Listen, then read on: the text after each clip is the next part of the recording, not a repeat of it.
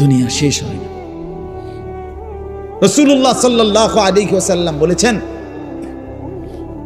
লাউ আন্না লি ইবনে আদম ওয়াদিয়াম মিন যাহাবিন লা আহাব্বা আন ইয়াকুনা লাহু ওয়াদিয়ান লা ইয়ামলা আফাহু ইল্লা তুরাব। এটা একটা হাদিস, আশ্চর্য হাদিস।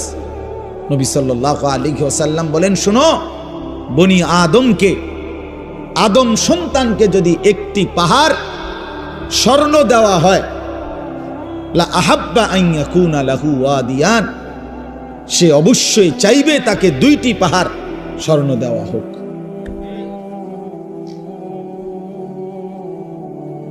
লা ইয়ামলা আফাহু ইল্লা তুরাব।